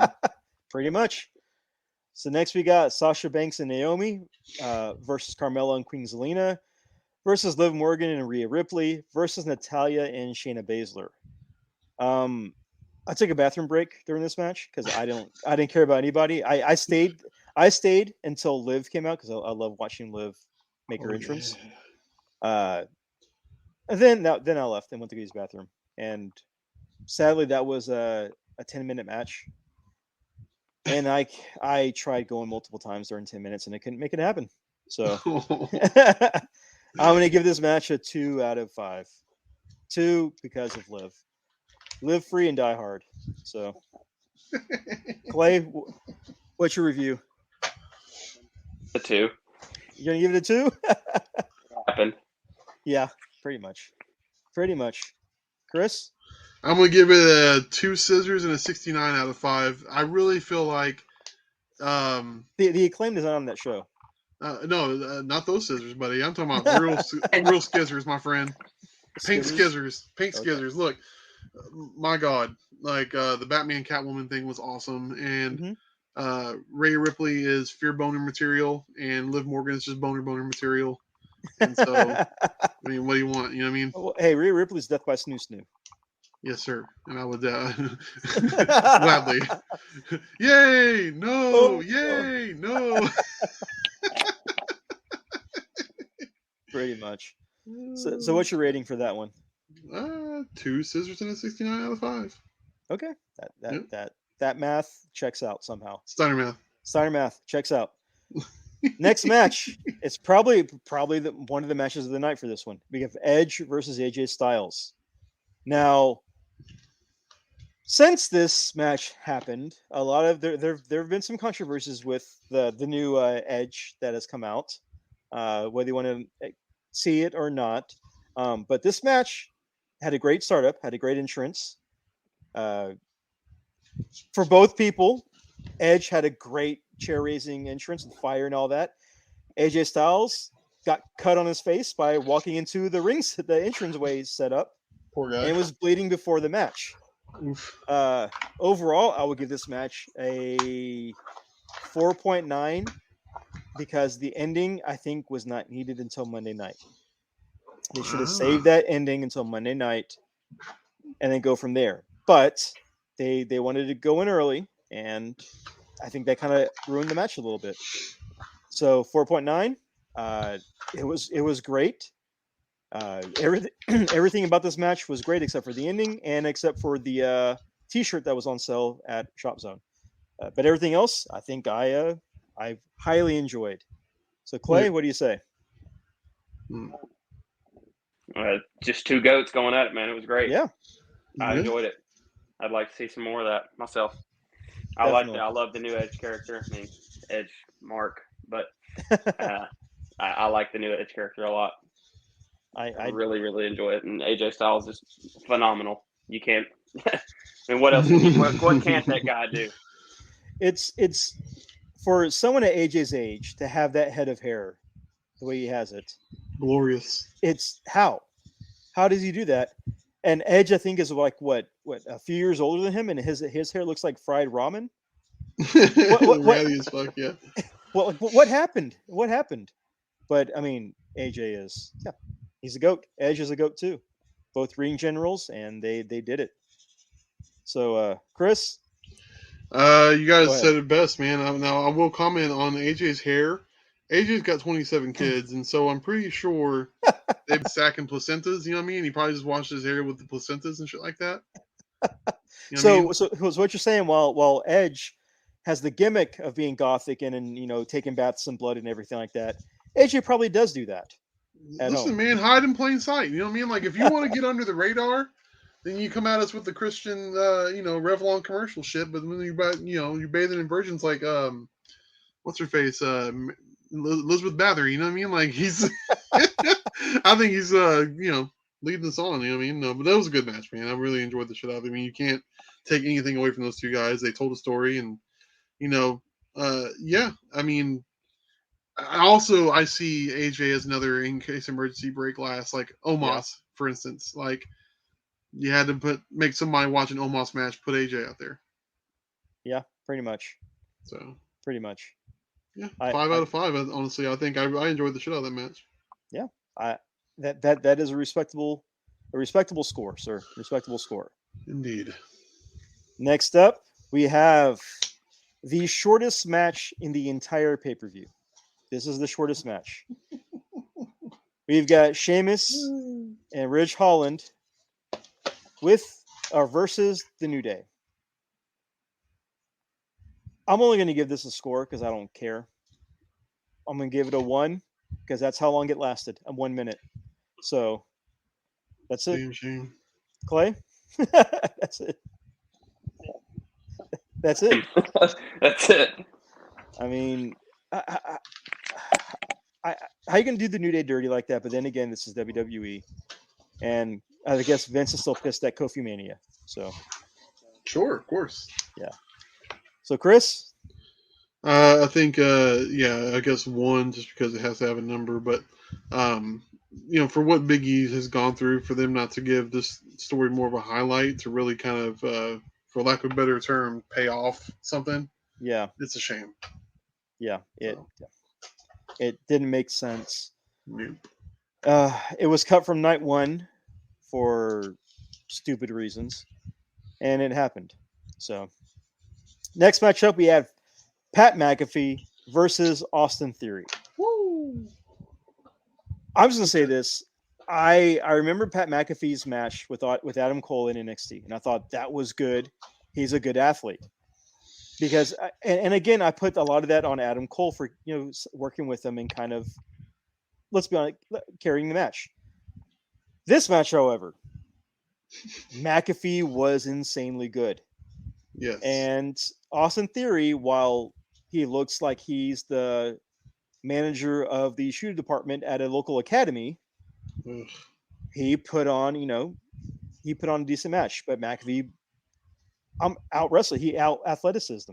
He was the better athlete, and It just sucks that McAfee's ring attire was that of almost juniors. So I'm gonna give it. I'll give it a 3.5 out of 5. I give it 3. It was entertaining. It was great to see McAfee, get a win and show what he's able to do more of. But again, Austin Theory, he could tell he's struggling because he doesn't have Johnny Gargano in his corner anymore. He needs Johnny Gargano, and it kind of shows. It kind of shows. So Clay, what you got? I'll follow 3.5. I'd probably go a little bit higher.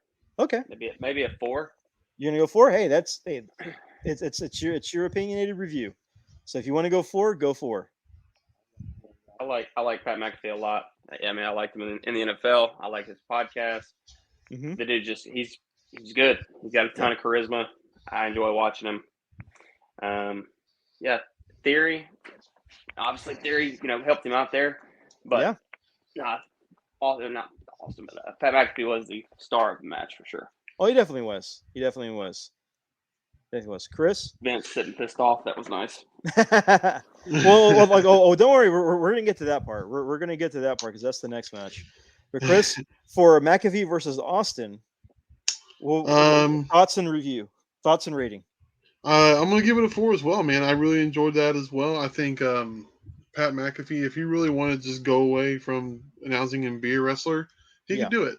You know what I mean? Like if he decided to have I suspect we're going to see Corey Graves versus Pat McAfee at some point because Corey Graves supposedly is cleared to wrestle. So announcer versus announcer would be kind of cool, man. 2 guys that could really put on a banger. I think if they given the chance. But yeah, no, he's no pun intended, a cult of personality. I think he really is. Pat McAfee has the it factor. You know what I mean? Yeah. Like he's just entertaining as hell, and that's what WWE is all about. So that is true. I'm gonna say 4. Yeah, I'm gonna say 4. Good. Hey, respectable answer. It's a respectable answer. So the next part is a continuation of this match, an instant second match, which we saw Pat McAfee versus Vince McMahon. Old ass, geriatric, Mr. Burns looking Vince McMahon. Smithers, get me in the ring. McMahon, he needs to realize his age. He's not 20 years younger like he used to be. He can't go anymore. He looks like a turtle that lost its shell. He gave some of the weakest looking clotheslines I've ever seen. And believe me, I've seen a Bella match, and I've also seen other terrible matches as well. I thought you were about to say you've seen a Hostage Hirsche match just to fuck with him. Hey, come on. Hey, bro. Damn. Hey, we got to pick on you a little bit, man. Come on, look. Listen. There's a reason why you've been on the show 37 times. We like you. The 7 stages of hell just jumped up to the 9 stages of hell. It's going to happen. I can't. Chris, I can't say anything. He's still got my Stone Cold figure. I can't say anything. So he still has it. He hasn't shipped it yet. So shut the hell up. I'm shipping it tomorrow. Shut up, Chris. Damn it, boy. I had to, man. I'm sorry. We love you, Clay. I mean, I've seen some weak clotheslines. I mean, we've seen Nikki Bella's and Brie Bella's clotheslines. We've seen Omos clotheslines.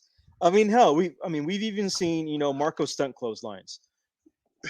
Vince McMahon, 85-year-old clotheslines, they were terrible. And the fact that McAfee sold as much as he did for old man Vince, he took like a kick punt to the stomach, and that was the finisher.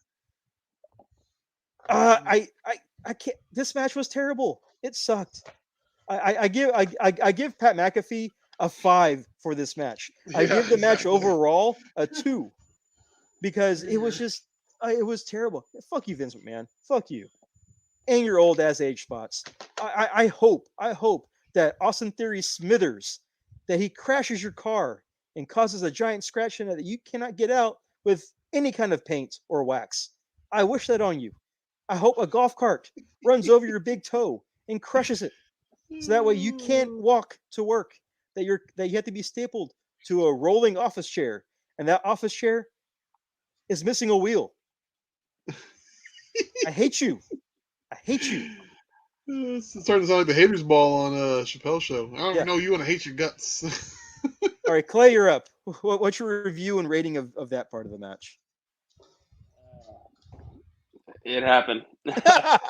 They should have left it with a theory, and they should have just teased Vince. Yeah, they should have just teased Vince. I was giving it a 2. I was giving it a 2. I mean, just be glad you weren't there for that match live to see that. Right. just be glad you weren't there for that. Oh no. Man. No. Oh jeez. Talk about your vasectomy in the ring. That was it. Chris, what do you have? From genetic jackhammer to genetic failure, man. That was a fucking walking liver spot. You know what I mean?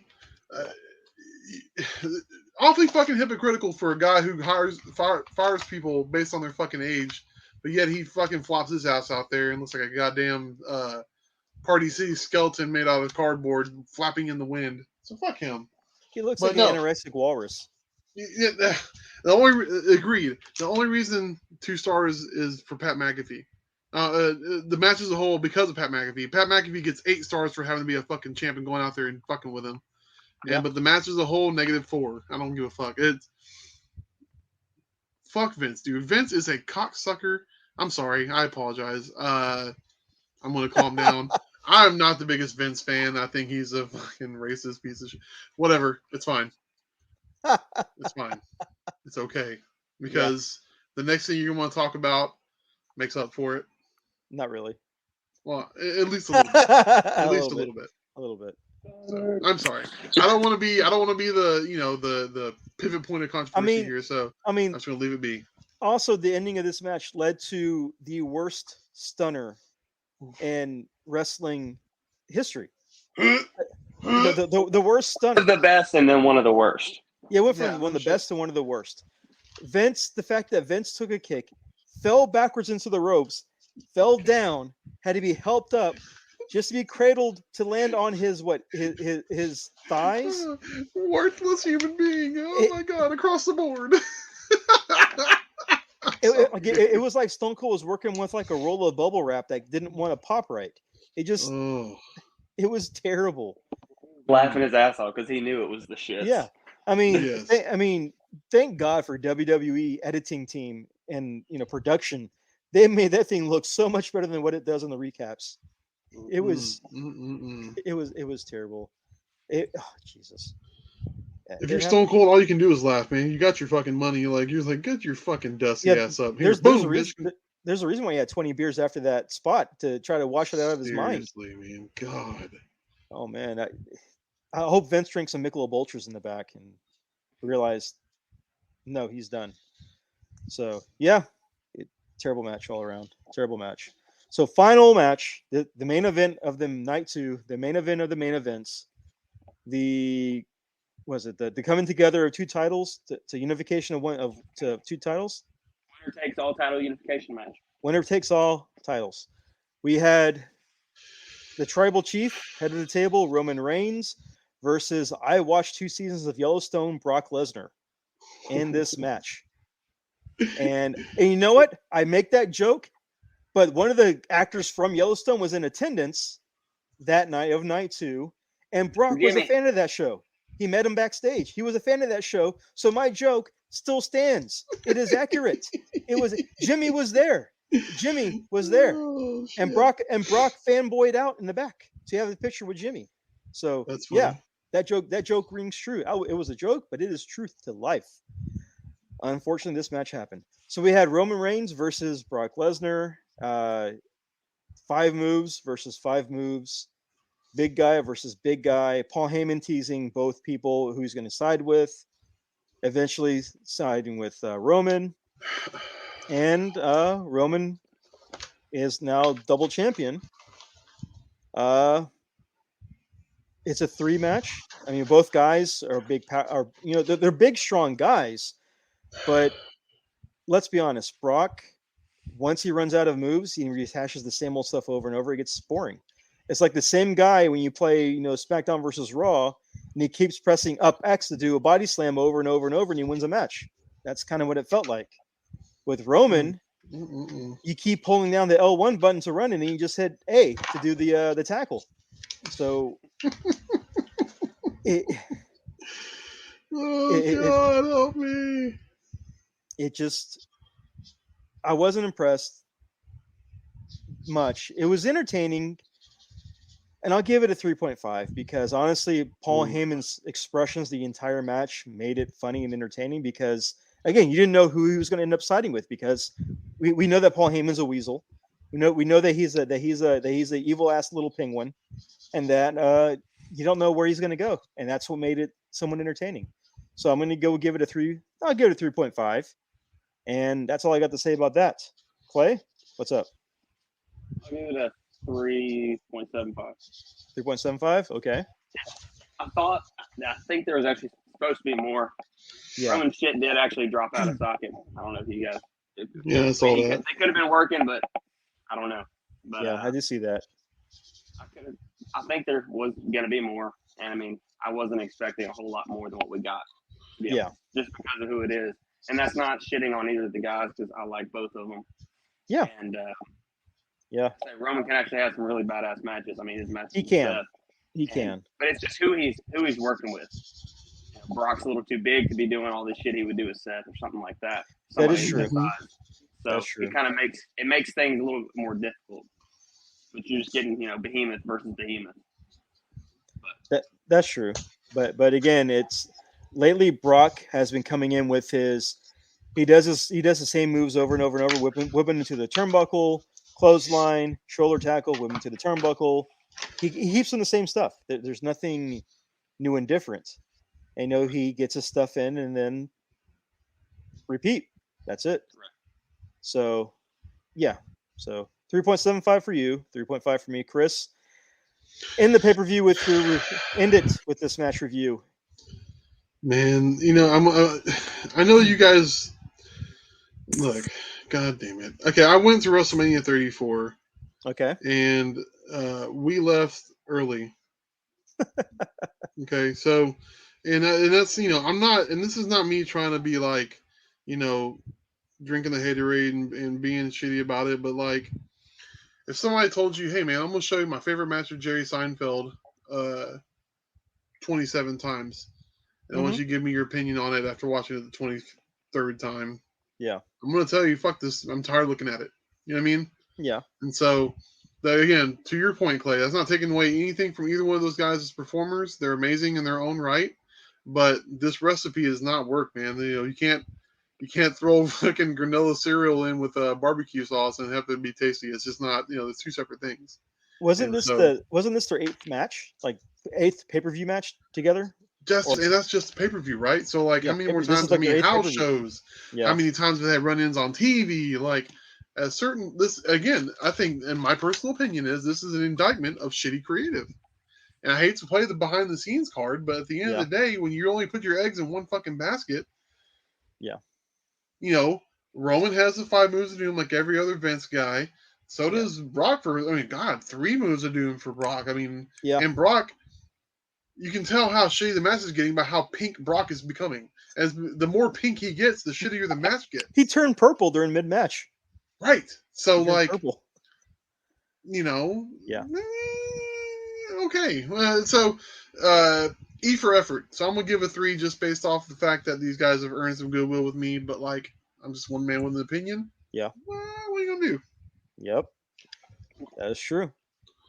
And that ends WrestleMania. That ends WrestleMania. Overall, we crap on it for a lot of the matches, but it was still entertaining for the most part. Yeah. It was still entertaining for the most part. Mainly, I think with WrestleMania and some of these other pay-per-views, what makes it entertaining is who you hang out with and who you watch it with. That's what makes it fun. Yes. And hanging out with y'all and like having the FRN group over for both nights, and actually having a room for my kids to go and play them because when they get bored with wrestling was even better. That was even better. You're welcome, sir. Yeah. Oh, thank you. Thank you for that. I didn't have to hear Gwen's. I'm bored like for 3 hours while this thing was going on. I wish I could tell you I had to take full credit for that, but I have a beautiful, amazing, wonderful wife who was like, you know what, we need to keep the kids occupied. I'm like, you know what, you're right. Yes, and then we did. Yes, you do. So, that was WrestleMania. That was WrestleMania 38. 39, 38. Yeah, that was WrestleMania 38. Again, overall, it was fun. I enjoyed it, most of it overall. I've watched it twice now. Yeah, it happened. I went back and forth on deciding to go to Dallas to go to the show or not, man. Like, because it could, Stone Cold's last match and stuff like that. There was a big part of me that was pulling me towards it, but like, maybe it's, my own worst enemy based on my principles, but I was like, I don't want to give Vince money. You know what I mean? Because my money talks in all aspects of customer service. Like, if your company's shitty to me, I'm not going to give you my money anymore. You know what I mean? That's where I'm at, and that's again, there's some great employees at WWE, but the management sucks, and so your employees can only do so much. Bad management begets shitty work and product, shitty employees potentially. It all sucks, and that's true. I know I might be a little more rah about AEW, but like, I enjoy watching AEW. So the proof's in the pudding. You know what I mean? Yeah. Like, give me less talky, more fighty. What the fuck? It's all it's all opinionated. It's wrestling. It's all opinionated. It's all theater. It's physical theater, absolutely. And you like what you like. There are parts of Raw I like, parts of SmackDown I like, parts of Impact, parts of AEW. As a whole, I enjoy watching all of it. So that's just my take. I mean, honestly, the best parts of Impact right now are Bullet Club and Moose. I need to get caught up on that, man. Like, we have it recorded. I'm just so far behind on shit. I've just been drawing my ass off. Dude, that's the story of my life. Whatever. Hey, what you gotta do. So, Clay, thanks for coming on. I know we hit over an hour and a half mark, but we talked so much wrestling, and we had Danhausen technical difficulties that happened, but that always happens somehow with our podcast. That will always happen. So, thanks for coming on. Man, thank you. Plug your stuff. Plug your next show, because this will probably be out in a few days. So plug your shows, plug yourself, and plug your Instagrams and your socials. Go for it. Right on. Follow me at Hostage Hirsche on Instagram, Twitter, Facebook page. You can go to Pro Wrestling Tees. There's multiple designs up there. Awesome AG Designs. Yep. Always killing it. Yeah. I try. He does a good job. See, April 23rd, not Return of the Giant. It's Into the Fire, and we'll have Lance Archer in the house at the Lincoln Brick Center in Bryan. Murder Bird, baby. Right on, but shit. Busted nut. Yeah. So that's all I got. That's awesome, Chris. Where can they find you in your arts? You can always find me on Instagram at Chris Foreman Artist, Facebook. I think it's like facebook.com/internet skills. I made that shit like in 2008 or whatever, and I was big on Napoleon Dynamite, but whatever. Like, look me up. I mean, you'll see enough corresponding like evidence to know it's me. But that's mostly where I'm at on that stuff. And then I think we should start calling the plugging section where everybody plugs themselves. Go plug yourself. Huh? Go plug yourself. Huh? Go plug yourself. I think that forget works. about it. I think it works out. But I think that works. Oh, and Clay plugged himself out. Okay, so we're wrapping this up.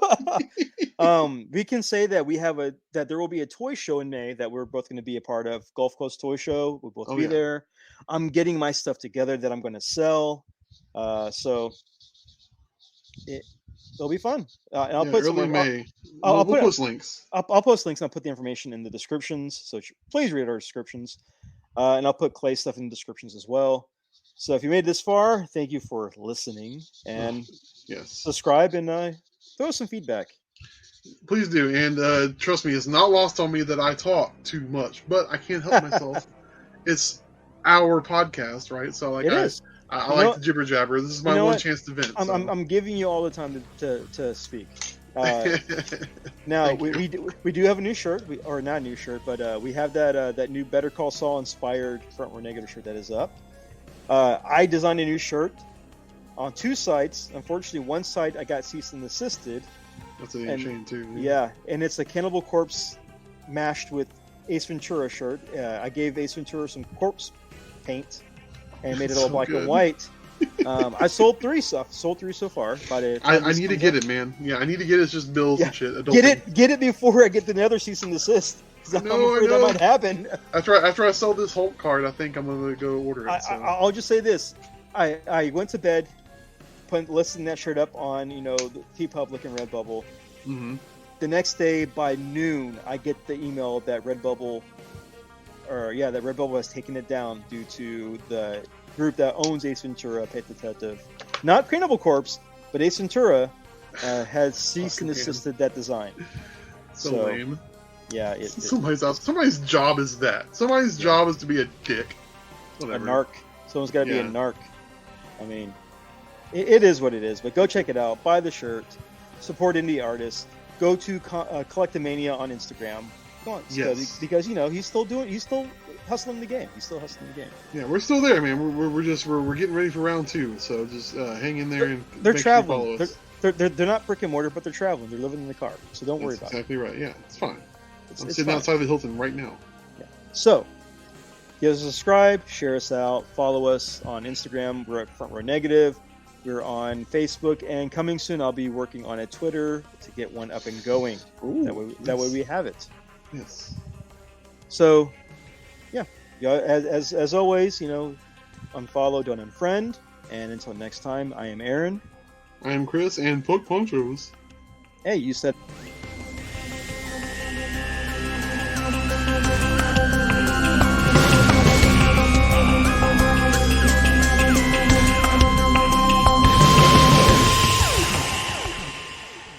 Thanks for listening. If you like what you heard, check out CrossTheStreamsMedia.com to hear more episodes of this podcast and the other shows on the Cross the Streams network.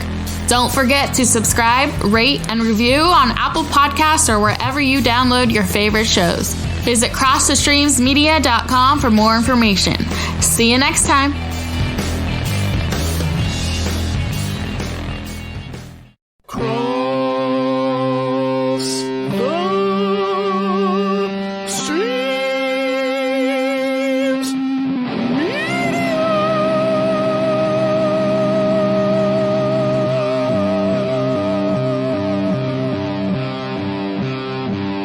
This has been a Cross the Streams Media Podcast.